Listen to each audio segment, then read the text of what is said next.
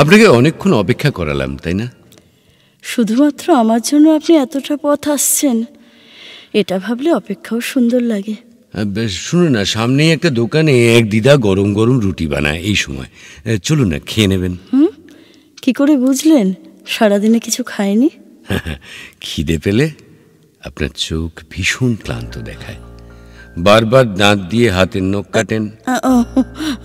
Sorry. নিজের শরীরের এমন অবহেলা কেন করেন? আপনি এমন যত্ন নেবেন বলে।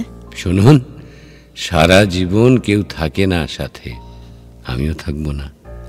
যতক্ষণ সাথে আছেন ততক্ষণই জীবন।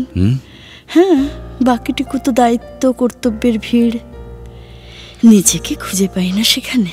আর আমি যদি কখনো আঘাত দিয়ে ফেলি? আপনি সামলে নেবেন জানি।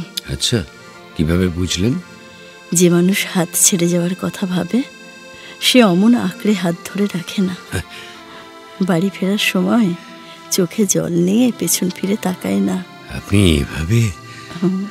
চলুন উঠি, আজকের আকাশটা খুব গুমোট, বৃষ্টি হবে হয়তো রাতে। আপনাকেও তো অনেকটা পথ ফিরতে হবে। আমি তো ফিরেছি নিজের ঘরে। মানে?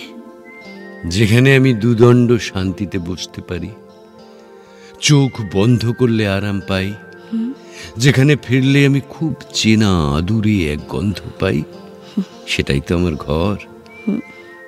আপনি সাথে থাকলে আমার আরো কিছুদিন বেশি বাঁচতে ইচ্ছে হয় দেখি। এভাবে জড়িয়ে গেলেন? সবাইকেই তো দিন শেষে ফিরতে হয়, আমাকেও যে ফিরতেই হতো। আর কিছুক্ষণ থাকি। আর যদি বলি সারা জীবন থেকে যাওয়ার কথা? আছি তো।